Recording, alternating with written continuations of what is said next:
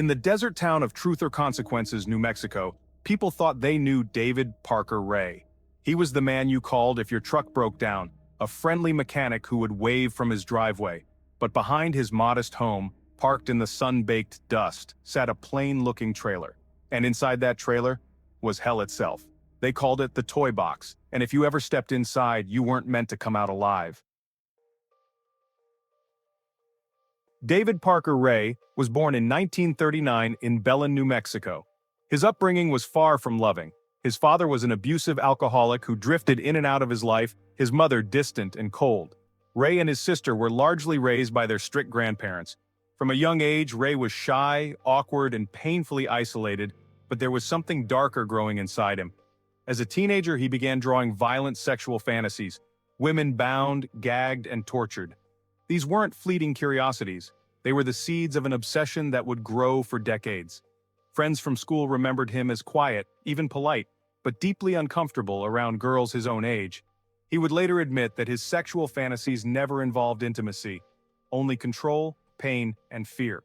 By adulthood, Ray had served in the army, worked as a mechanic, and married multiple times.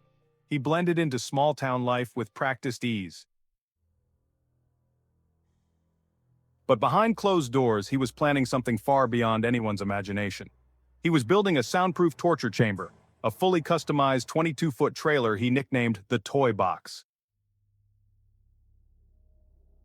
From the outside, the Toy Box looked like nothing more than a work trailer, but the moment you stepped inside, you entered a meticulously engineered chamber of horror. The walls were lined with surgical tools, whips, clamps, chains, and custom-built devices designed for maximum suffering. Some instruments were designed for restraint. Others had one purpose: to inflict pain. Bolted to the floor was a gynecological examination chair, fitted with leather straps to hold a victim immobile. Above the chair, mounted at an angle, was a large mirror. Ray wanted his victims to see everything, to watch themselves being violated, to know in their final hours exactly what was happening to them. But perhaps the most disturbing feature wasn't the tools or the chair. It was the audio tape. When a victim was restrained, Ray would press play. His own voice, calm, cold, and devoid of emotion, would begin to speak. For 20 minutes, the tape described, in graphic detail, everything the victim was about to endure. There was no shouting, no rage, just a methodical explanation as though reading from a manual. It was designed to break a person's spirit before the physical torture began. David Parker Ray didn't work alone. His girlfriend, Cindy Hendy, was an active participant. She lured women in, helped restrain them, and sometimes joined in the torture. Disturbingly, investigators would later hear allegations that Ray's own daughter may have helped lure victims in the past, though those claims remain murky. Ray's hunting grounds were the edges of society. He targeted women struggling with addiction, sex workers, or those without close family. To him, these women were safe victims, people he believed no one would come looking for. According to Hendy's testimony, some victims were released after being drugged to erase their memory. Others, Ray hinted, were killed. In his journal, he documented dozens of abductions, stretching back over decades. But what happened to the bodies remains one of the case's most chilling mysteries. March 22, 1999. 22-year-old Cynthia Vigil was in Albuquerque when Cindy Hendy approached her, pretending to need help.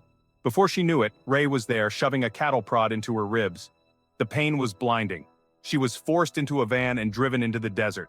For the next 3 days, Cynthia endured the worst moments of her life inside the toy box, bound in the chair, drugged, tortured, and forced to listen to Ray's tape.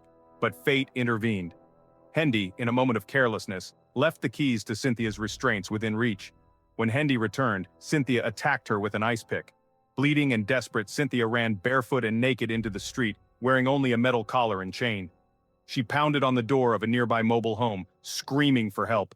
The terrified residents called 911. When police arrived at Ray's property, they didn't know what to expect. What they found would haunt them for the rest of their lives. Inside the toy box were hundreds of implements of torture, photographs of victims, personal belongings like jewelry and clothing, and that infamous audio tape. On the walls were diagrams, some medical, some disturbingly homemade, detailing methods of restraint and mutilation.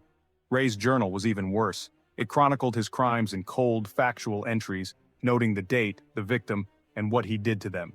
He claimed to have taken, tortured, and possibly killed as many as 60 women over 40 years.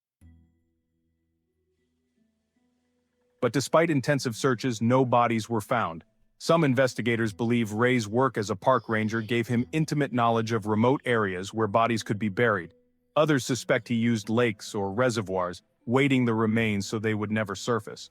Prosecutors couldn't charge Ray with murder. There was no physical evidence of death. Instead, they built their case on kidnapping, sexual assault, and torture. The trial was long and harrowing. Survivors testified. Cynthia Vigil took the stand, recounting every detail of her abduction and escape. Cindy Hendy turned on Ray, providing a chilling insider's account of his crimes.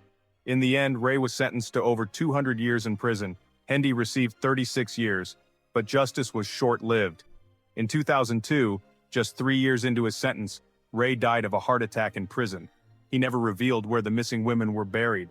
The toy box was eventually dismantled and destroyed. But for the people of Truth or Consequences, the memory remains. The case still troubles investigators, many of whom believe there are more victims, more accomplices, and more secrets buried in the desert. How many women did David Parker Ray truly kill? Where are they? And how many times did he almost get caught, only to slip through the cracks? We may never know, because the man who turned a small-town mechanic shop into a gateway to hell took the truth with him to the grave.